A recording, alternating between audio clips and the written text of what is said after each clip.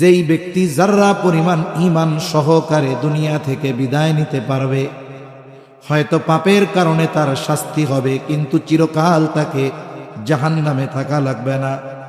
আল্লাহ তাআলা ওই যাররা পরিমাণ ঈমানের কারণে একটা সময় জাহান্নাম থেকে নিষ্কৃতি দিয়ে আল্লাহ তাআলা তাকে জান্নাতের মালিক বানিয়ে দিবে। জলিলুল কদর পয়গম্বর হযরত নূহ আলাইহিস সালাম 950 বছর হায়াত পেয়েছেন। 950 বছর দীর্ঘকাল তিনি দাওয়াত দিয়েছেন উম্মতের মাঝে। একেবারে অল্প কিছু মানুষ ঈমান এনেছে।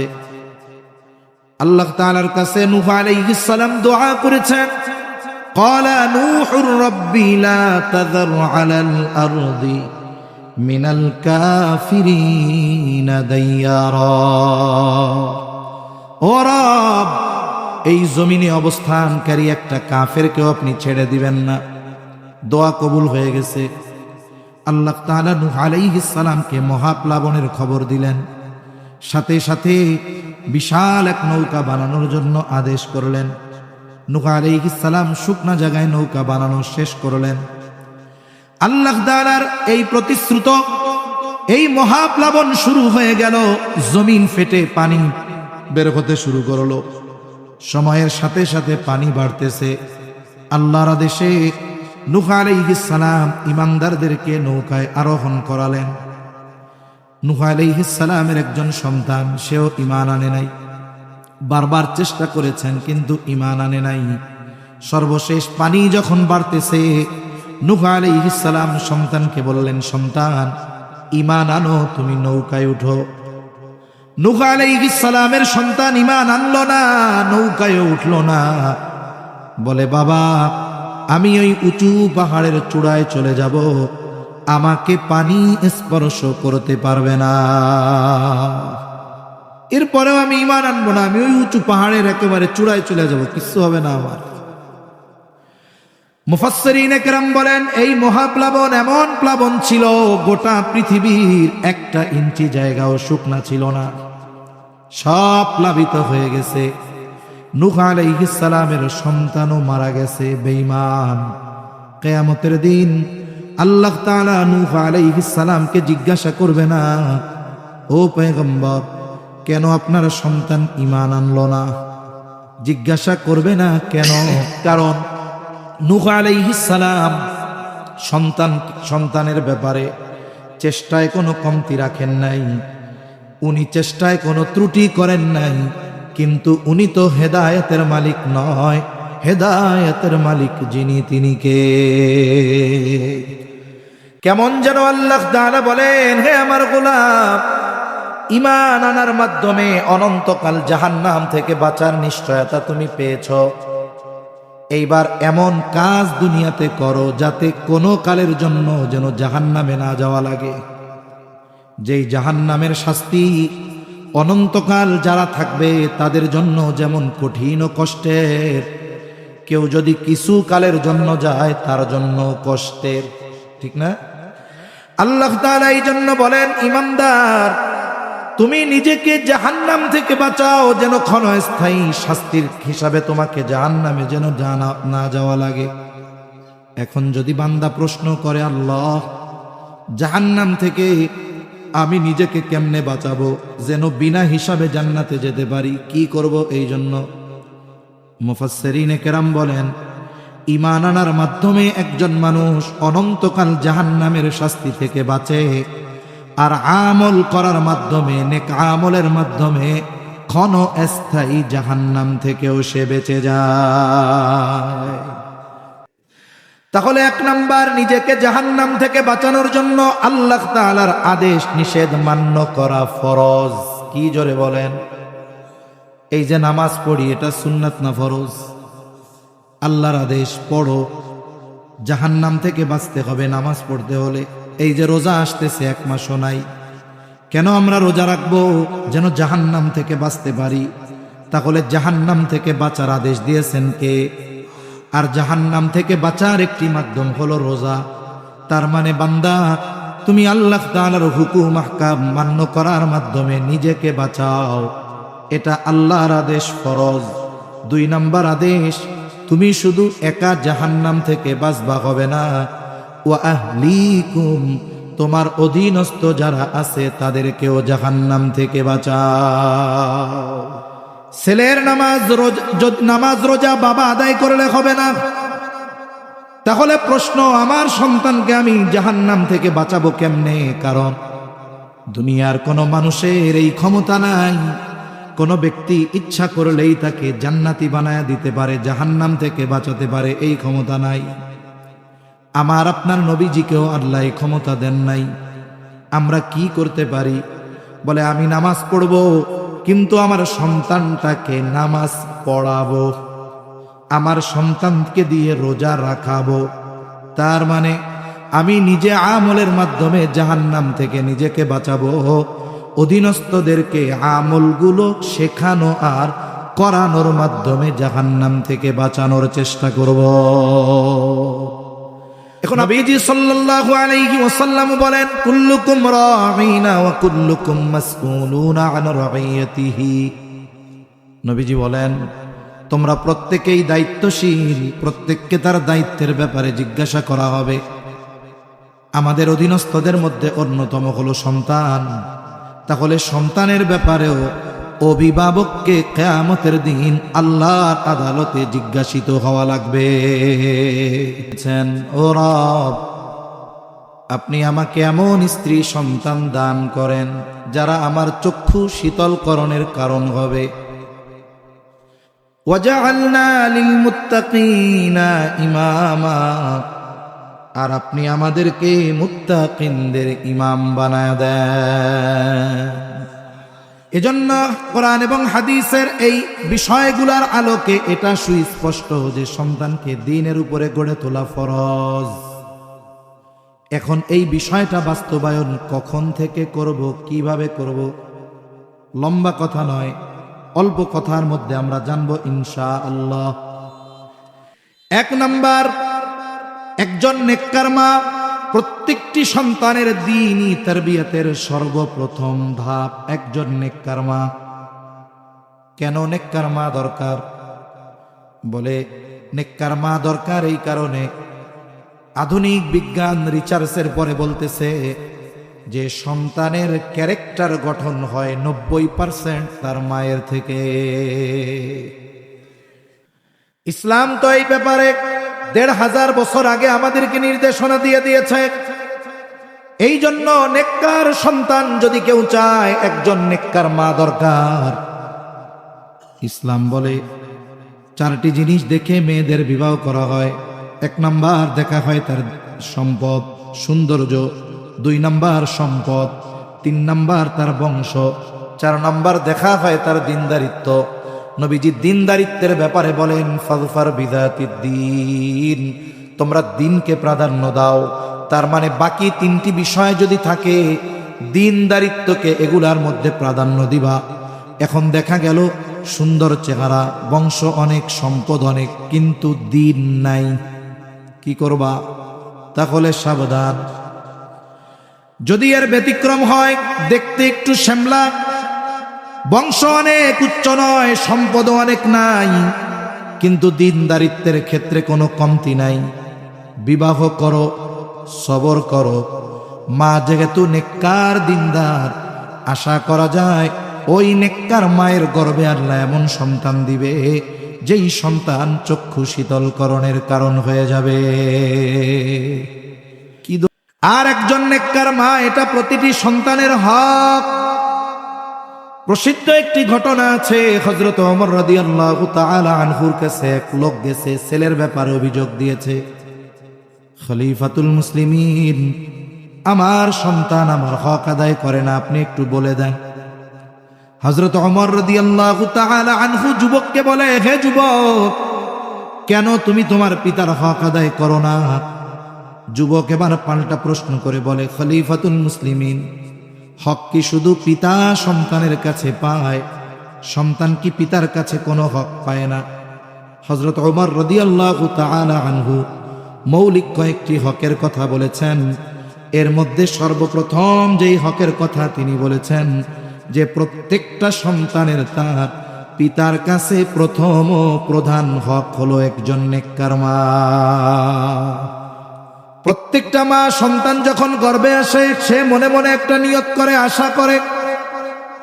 দুনিয়ামুখী মানুষগুলো দুনিয়ার বিষয় আশা করে, নেককার মানুষগুলো নেক সম্পৃক্ত বিষয় আশা করে। উনি বলতেছে, যেহেতু মুসলিম, আপনি যদি চান আপনার সন্তানের কণ্ঠ সুন্দর হবে, সে গায়ক হবে, তাইলে আপনি বেশি বেশি গান গাইবেন। যার কণ্ঠ ভালো তার গান শুনবেন। আপনি যদি চান সন্তান ভালো অভিনেতা হবে, তাইলে যার অভিনয় আপনার পছন্দ এটা দেখবেন। বলুন তো, সন্তান যদি, মা যদি গান শুনে তাহলে সন্তান যদি গায়ক হয়, মা যদি সিনেমা দেখলে সন্তান নায়ক হয়, তাইলে মা যদি কোরআন পড়ে জিকির করে ওই সন্তান কোরআনওয়ালা আল্লাহওয়ালা হবে কি হবে না? মায়ের কাজের প্রভাব সন্তানের উপরে পড়ে। এক বুজুর্গের ঘটনা আমরা শুনতাম, কুতুবউদ্দিন বখতিয়ার কাকি রহমাতুল্লাহি আলাইহি। ওনার ব্যাপারে বলা হইতো যে উনি মার পেটের থেকে 18 পারা হিফজ করে আসছেন। আসলে বিষয়টা ওইরকম নয়। উনি যখন ছোট 4-5 বছর বয়স, ওনার মা ওনারে নিয়ে গেছে মক্তবে আলিফ বা তাসা প্রাথমিক জ্ঞান অর্জন করানোর জন্য। স্বাভাবিকভাবে কোনো ছাত্র ছাত্রী যদি মাদ্রাসায় যায়, সর্বপ্রথম ওস্তাদরা নতুন ছাত্র ছাত্রী ভর্তি হবে তার একটু পরীক্ষা নেয়। কেন পরীক্ষা নেয়? একটু বুঝতে চেষ্টা করে সে কি পারে, এটা জানার জন্য। ওস্তাদ ওনারে প্রথমে পরীক্ষা করার জন্য বলতেছে, পড়ো আউযু বিল্লাহি মিনাশ শাইতানির রাজীম, বিসমিল্লাহির রহমানির রহিম। ওস্তাদ চিন্তা করছে এইটা বলার পরে আলিফ বা তাসা পড়াবো। কুতুবউদ্দিন বখতিয়ার কাকি আউযু বিল্লাহ বিসমিল্লাহ শেষ করলেন, কিন্তু থেমে যান নাই। তিনি পড়া শুরু করলেন, সূরা ফাতিহা শেষ, সূরা বাকারা শেষ, আলে ইমরান শেষ, নিসা শেষ, মায়েদা শেষ।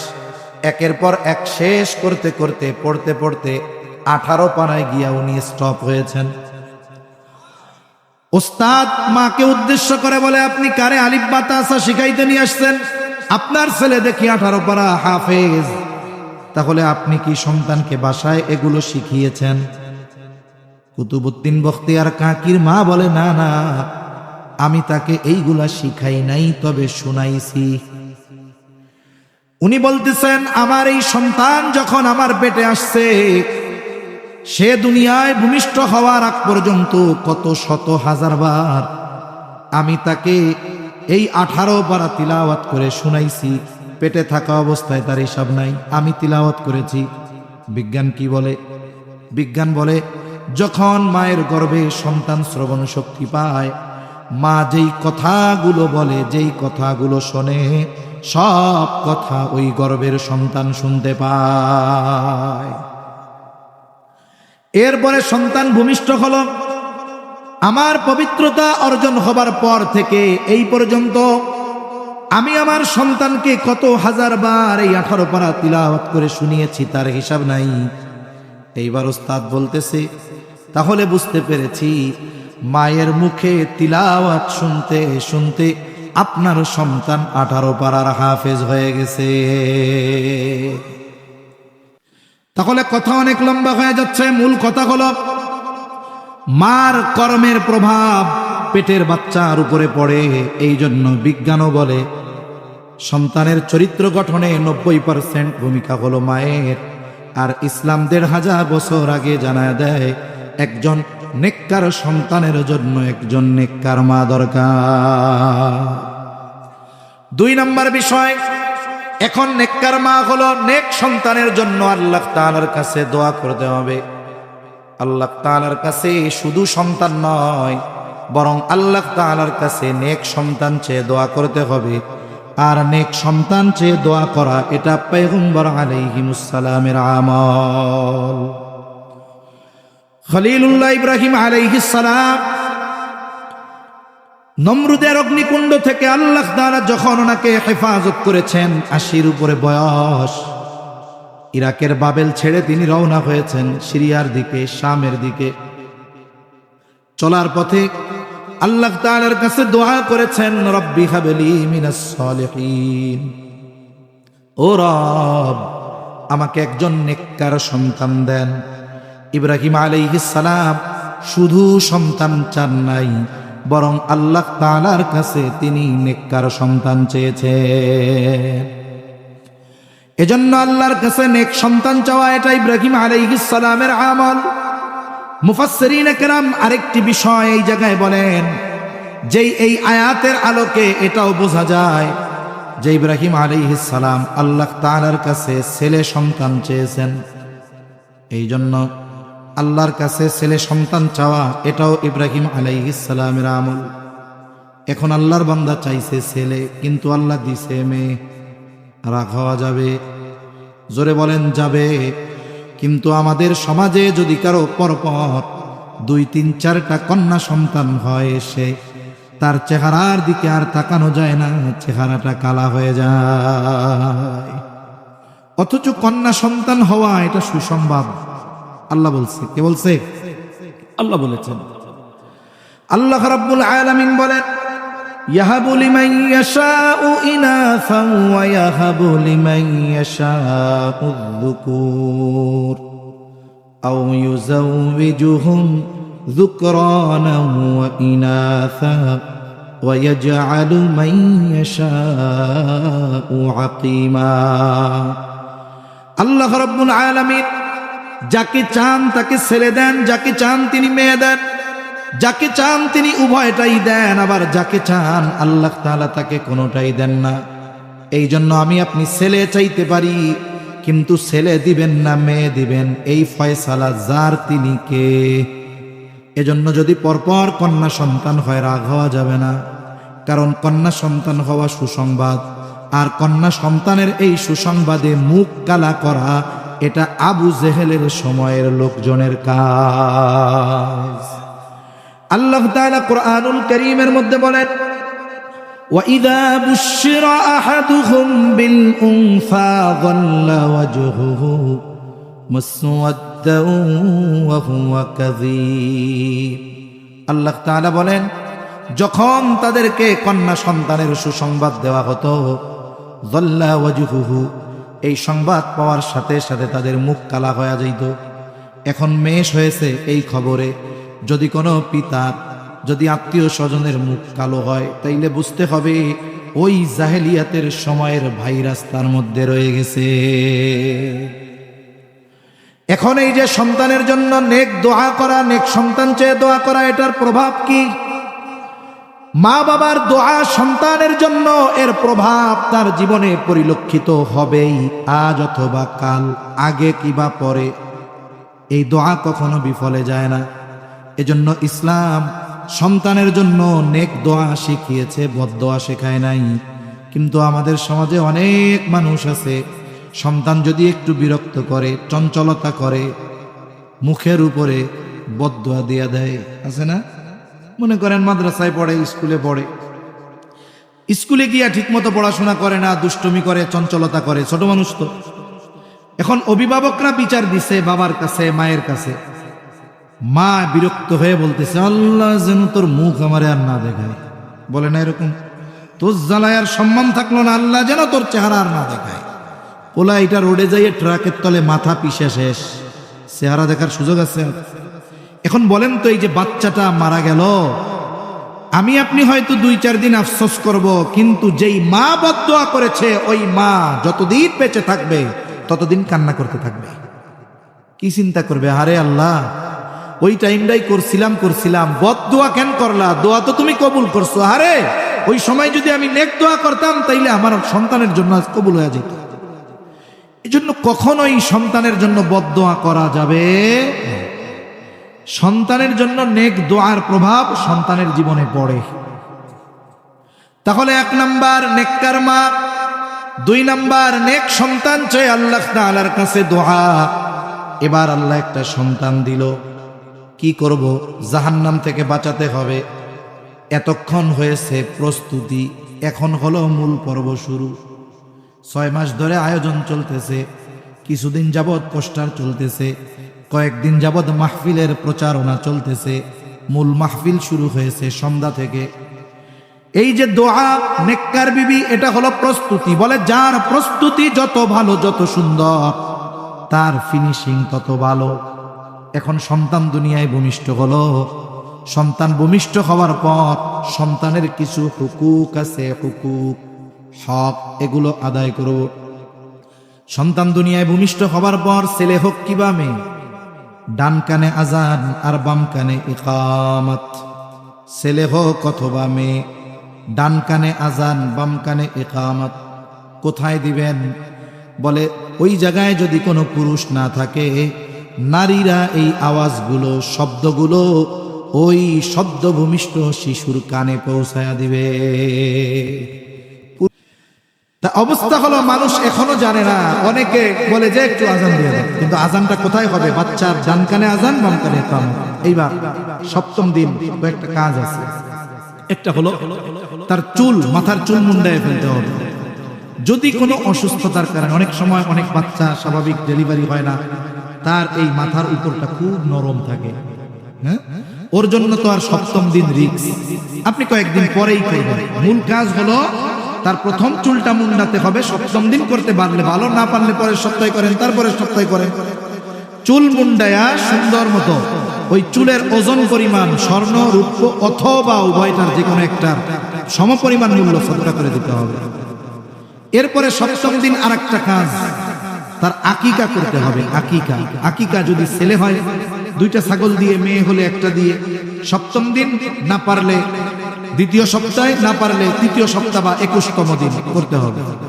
যার অ্যাবিলিটি নাই, 2টা ছেলে হয়েছে কিন্তু 1টা ছেলে হয়েছে, 2টো দিয়ে দেওয়ার অ্যাবিলিটি নাই, উনি 1টা দিয়েই সময় মতো আকিকা করবে। কারণ আকিকার সাথে বাচ্চা অনেক কল্যাণ অকল্যাণের বিষয় থাকে। যদিও এটা ফরজ না, কিন্তু অনেক গুরুত্বপূর্ণ বিষয়। ইচ্ছা করে বিলম্ব করব না। সপ্তম দিন আরেকটা কাজ, আরেকটা কাজ হলো সুন্দর একটা ডাক নাম রাখা। ডাক নামটা কি হতে হবে? সুন্দর। যেই ডাক নামটা তার ধর্মীয় পরিচয় বহন করে। কিন্তু নবীজি বলেন সবচেয়ে আল্লাহর কাছে পছন্দের নাম আব্দুল্লাহ আর আব্দুর রহমান। আব্দুল্লাহ, আব্দুর রহমান বেশি। আপনি আল্লাহর গুণবাচক নামের সাথে আব্দুল যোগ করে অন্য নাম রেখে দেন। আব্দুল হালিম, আব্দুল মজিদ, আব্দুল সামাদ, আব্দুল মালিক, কত সুন্দর সুন্দর নাম আছে। আবার এটা ডাকার সময় কিন্তু খেয়াল করতে হবে। আমাদের দেশে কিছু অঞ্চলে আছে নামটাও বেকা করে ডাকে। মনে করেন ওনার নাম আব্দুল খালেক, কিছুদিন পরে আমরা আব্দুল বাদ দিয়া দেই, এবার শুধু খালেক ডাকি। কিছু অঞ্চলে আছে কিছুদিন পরে এই খালেকও সোজা ডাকে না, কয় ও খালেক কে, ও মালিক কে। খবরদার, ইহুদিদের অভ্যাস ছিল মানুষের নামকে বিকৃত করে ডাকা। এজন্য আমরা নাম বিকৃত করব না, সুন্দর নাম রাখবো। এই কাজগুলো আমরা করব তো ইনশাআল্লাহ। এরপরে ওই যে সন্তানকে জাহান্নাম থেকে বাঁচাতে হবে, কি করব? একেবারে 5-6 মিনিটের মধ্যে বাকি কথাগুলো শেষ। এবার আসেন ফরজ। সন্তান বলেন, সন্তানকে ঈমান শেখানো কি, আখলাক শেখানো কি, ইলম শেখানো কি, আমল শেখানো কি? যদি ঈমান না শেখাই জাহান্নাম থেকে বাঁচতে পারবে না। আমি যদি তাকে আমল আখলাকে ইলম না শেখাই, সে তাহলে ক্ষণস্থায়ী জাহান্নাম থেকে বাঁচতে পারবে না। যেহেতু জাহান্নাম থেকে বাঁচানোর জন্য এই বিষয়গুলো শেখানো ফরজ, এই জন্য সন্তানকে এই বিষয়গুলো শেখানো প্রত্যেকটা অভিভাবকের জন্য জরুরি। কিন্তু আফসোসের বিষয়, কোথায় শেখাবেন? যদিও 92% মুসলমানের দেশ, এই দেশের যেই জেনারেল কারিকুলাম, স্কুলে গেলে সন্তান ইলম শিখে না, আমল শিখে না, ঈমান শিখে না, আখলাক শিখে না, কিন্তু শেখানো তো ফরজ। এই জন্য এই মাদ্রাসাগুলোর প্রয়োজন। ফজলুর রহমান ইসলামিয়া মাদ্রাসার মতো মাদ্রাসাগুলো সন্তানকে যখন এই জায়গায় দেওয়া হয়, সন্তান 3-4 বছর পড়ে, এই জায়গায় পড়ে ইলম শিখে, আখলাক শিখে, আমল শিখে, ঈমান শিখে। এখন বলতে পারেন, হুজুর ছেলেটারে তো আমি ডাক্তার বানাইতে চাইছিলাম, তাইলে কি মোল্লাই বানায় ফেলতে হবে নাকি? না না, আপনি ছেলেরে ডাক্তার বানাবেন ঠিক, কিন্তু আগে তো মুসলমান বানাতে হবে, ঠিক না? মুসলমান বানানোর জন্য এইগুলো দরকার। আর আমাদের দেশের নুরানি মাদ্রাসাগুলো এত সুন্দর, স্কুলে যেই জেনারেল সাবজেক্টগুলো পড়ানো হয় তার চাইতে সুন্দর এবং যত্ন সহকারে নুরানি মাদ্রাসায় গুলো জেনারেল সাবজেক্ট পড়ানো হয়। যাক, আমরা কি চাই যে সন্তানের কারণে দুনিয়া আখেরাতে আমরা অপমানিত হই? আমরা কেউ চাই না। দুনিয়ার সবচেয়ে খারাপ বাবাটাও চায় যে আমার সন্তান সবচাইতে ভালো মানুষ হোক। দুনিয়ার সবচাইতে খারাপ মা চায় যে আমার সন্তানটা ভালো হোক। শুনুন, অনেক জায়গায় আছে মা সর্বোচ্চ খারাপ কাজের সাথে জড়িত। আমি জায়গার নাম বললাম না, পত্রিকায় দেখেছি। সেই মা সন্তান হইছে, সেই মাও সন্তানকে ওই পরিবেশে রাখে নাই, খুলনা এক জায়গায় এক মাদ্রাসায় পাঠায়া দিছে, ছেলেটা হাফেজ হইছে। অথচ দেখুন ওই মা সর্বনিকৃষ্ট কাজের সাথে জড়িত। ওই মাও চায় না যে আমার সন্তানের চরিত্রটা খারাপ হোক। ওই মাও আশা করে হয়তো আমি পাপ করেছি, হয়তো আল্লাহর কাছে মাপ চাইব, যদি আমাকে আল্লাহ মাফ না করে হয়তো ওই সন্তানের কারণে আখেরাতে আল্লাহ হয়তো শাস্তি দিয়ে হলেও মাফ করবে। এজন্য সম্মানিত উপস্থিতি, আমরা আমাদের সন্তানদেরকে আগে এই দ্বীনি বিষয়গুলো শেখাবো তো ইনশাআল্লাহ। কারণ আর ওই সন্তান যদি নেককার হয়, দিনদার হয়, আলেম হাফেজ হয়, তাহলে ওই সন্তান ওই পিতামাতার আখিরাতে নাজাতের কারণ হবে। আল্লাহ সুবহানাহু ওয়া তাআলা আমাদের সকলকে আমাদের সন্তানদের ঈমান, আখলাক, ইলম আর আমল যতটুকু দরকার শেখানোর তৌফিক আল্লাহ দান করেন। সকলে বলি আমিন। ওয়া আখিরু দাওয়ানা আনিল হামদুলিল্লাহি রাব্বিল আলামিন। আসসালামু আলাইকুম ওয়া রাহমাতুল্লাহি ওয়া বারাকাতুহু।